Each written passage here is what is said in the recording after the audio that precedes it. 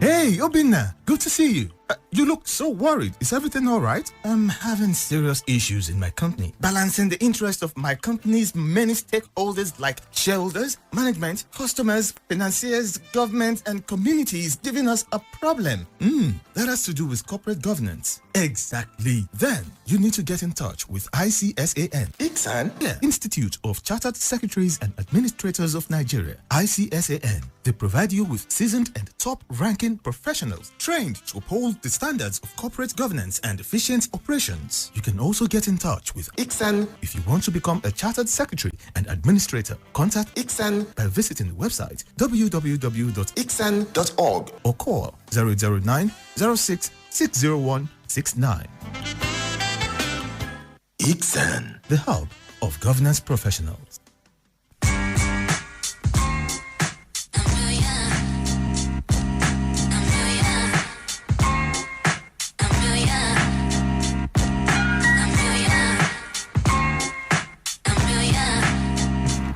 Good morning. Welcome to Corporate Governance on Radio. This is 89.7 FM. Today, Wednesday, the 11th of March, 2020.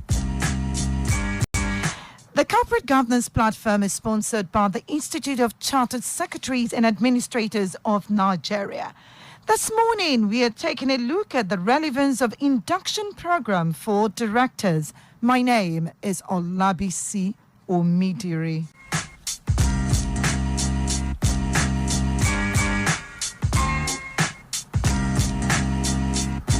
Our guest this morning is none other than Mr.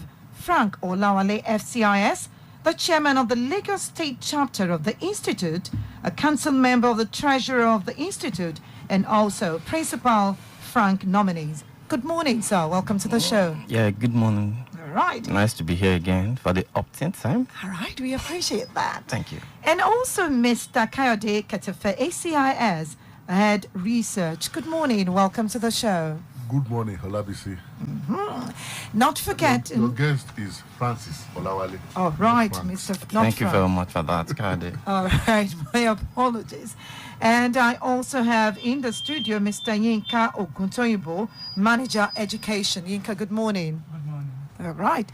Let's start off with Mr. Francis Olawale, FCIS, our guest this morning, on the issue of relevance of induction program for directors. Mr. Olawale, what does the term induction of directors connote? Okay, if we look at it from the perspective of the word induction, because it emanates from the word induct. To induct infers to admit somebody into a fold. So if we relate that with the board, you're familiarizing a new director, either being promoted from being the position of an ED into the board, or an NED coming from some other companies into a new company. You're familiarizing him with the operations of the particular board that is coming into, the peculiarities of the board, the business dynamics of that particular company, the culture, of the particular company, and then the boardroom practices as it relates to that particular company. So basically, you're familiarizing him, you're giving him orientation, about the board he has come up onto to function. All right. Why the code does recommend that the induction of new directors should take place as soon as feasible after their appointment? If I take it back to CAMA section 244, you see that CAMA defines a director by functionality rather than personality.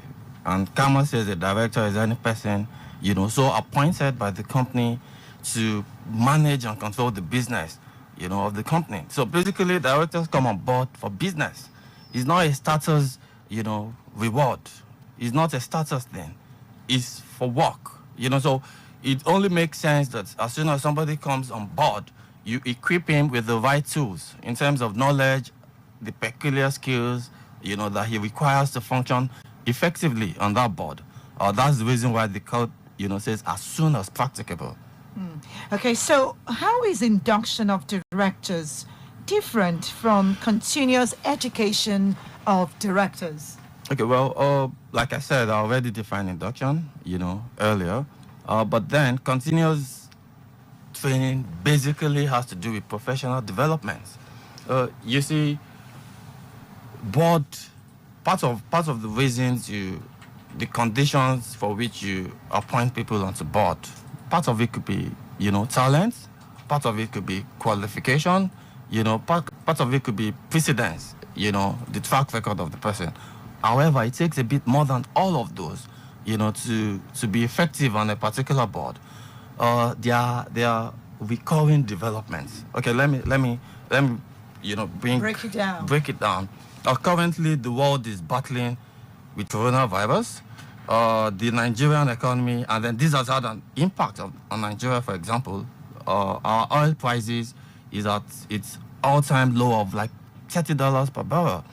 All these activities and developments are going to be affecting companies that operate within that space. That's just an example. But there are developments world over that affect companies. And as such, companies will need to strategize as to how to position themselves. If the people that are going to be taking these decisions, are directors, then the directors, need to be brought up to date with occurrences. And then there are new codes. Take, for example, this code now, the NCCG 2018. Just before it, the one before it, was suspended. There were certain stipulations and provisions within that former code that have changed now. Like the concept of lead independent director used to be in the former code, but it's no more here. So these are developments that directors need to be equipped with, so that in making decisions, in administering, the business of the company, they are well equipped in terms of, information to be able to take the right decision. Because whatever decision they make, will affect the company on the long run, and then all the various stakeholders of the company will be affected. So it makes sense, to ensure that they have the right tools, basically and majorly knowledge. All right, still on Corporate Governance platform, we're looking at the relevance of induction program for directors. Our guest is Mr. Francis Olawale, FCIS. Moving on, do you think the cost that would be incurred in training could justify non-utterance of the practice of induction and continuous training of directors? I don't think so. It's like being pound foolish and penny-wise. No, or penny-wise and pound, foolish. It's like you buying a car and then you now say the cost of tire, is too much for you. It doesn't make any sense. Because these directors are going to be making decisions that will affect, permit me to use the word, destiny, of the company. And there are various stakeholders. You have creditors who have staked their funds, believing in you. You have shareholders who have staked their life savings. You have suppliers, who have supplied you on credit and all of that. So if you have people who are going to be making decisions, who are going to be steering the ship, making decisions on behalf of everybody, and they are not well equipped with the right skills and the right knowledge, then you're taking a gamble too expensive, for you to take. So I don't think it makes sense.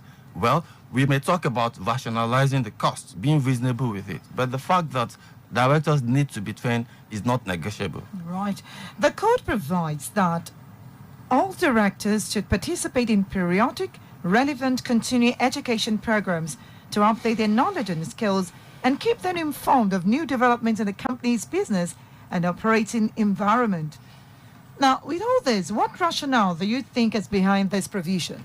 Well, the rationale behind this, provision is that within a board, within the functionality of the board dynamics, every director is supposed to bring on board peculiar skills, peculiar contributions. So no director is supposed to be a waste of time, of the company's money. No director is supposed to just, fill in the gap or just come to sit. The richness of board deliberations is determined by the contributions by individual directors. As such, every director needs to be very skilled, and like I mentioned earlier, that there are developments, every other day. So every director needs to be effective, and as such, they need to be trained regularly. Okay, so what is the link between board evaluation and development of the appropriate training for the board members? Oh, lovely. What board evaluation basically does, like I mentioned here in the previous question, that every director is supposed to add value, So board evaluation is an exercise where you assess the performance of the board and individual directors. And normally when you conduct the evaluation, it will spring out some weaknesses of the board. So naturally, these weaknesses, are like weak links to the effectiveness of the board. So what directors training is supposed to do is that these identified areas of weakness should be a focus point when you want to train the director, so that it will not continue, to be a weak point.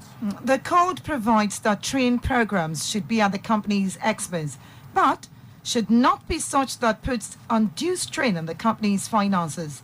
What would be the guiding principle in attaining equilibrium between these two ends? Okay, good enough for us. The code we're talking about, part of the features of the code is flexibility and scalability.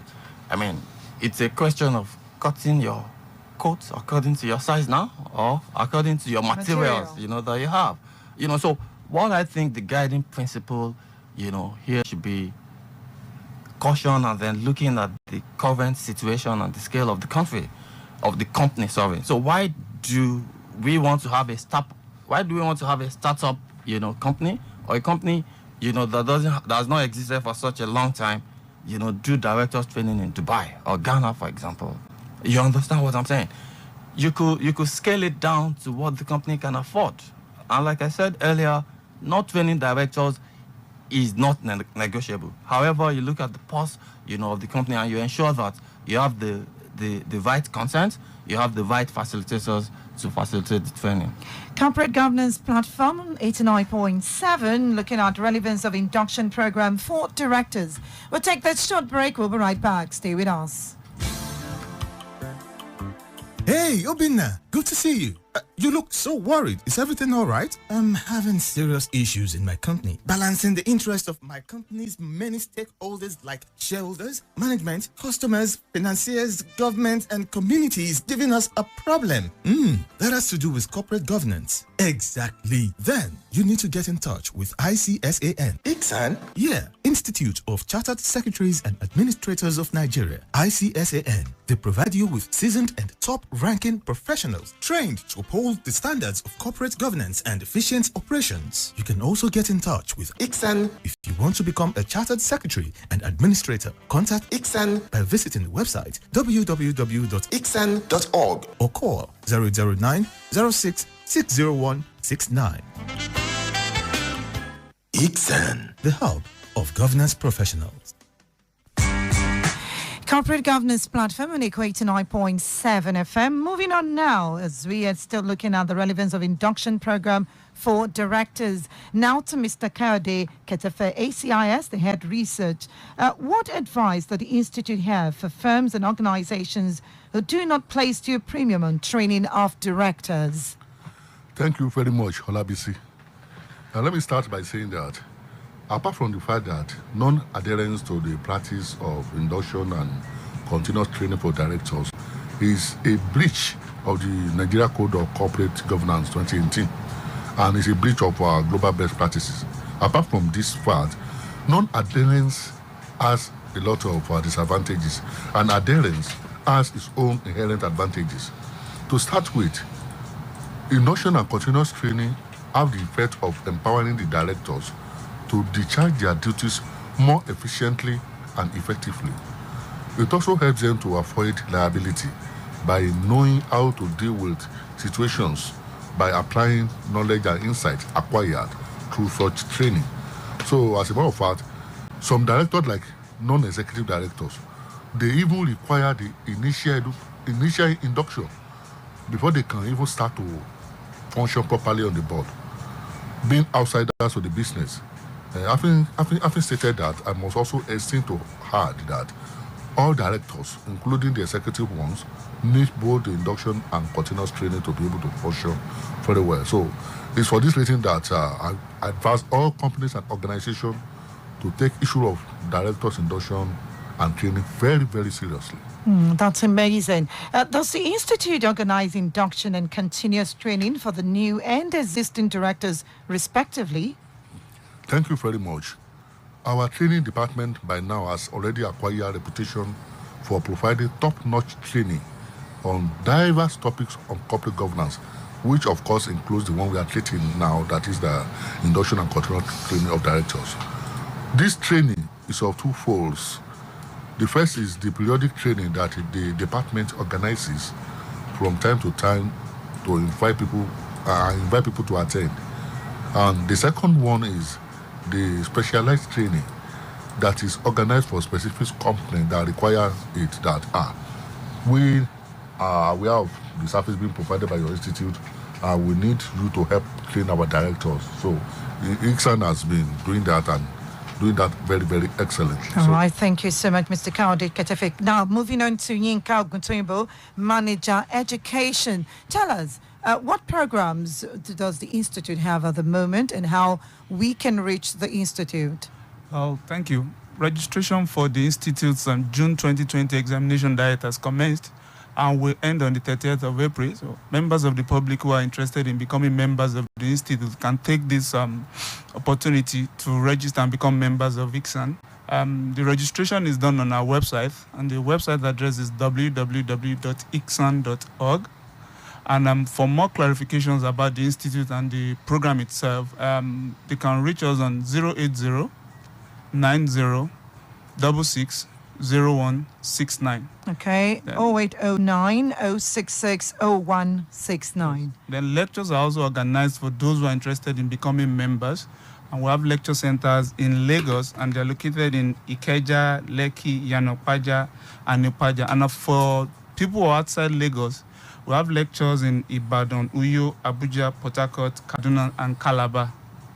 Okay, so what about those who want to physically visit the office, the Institute?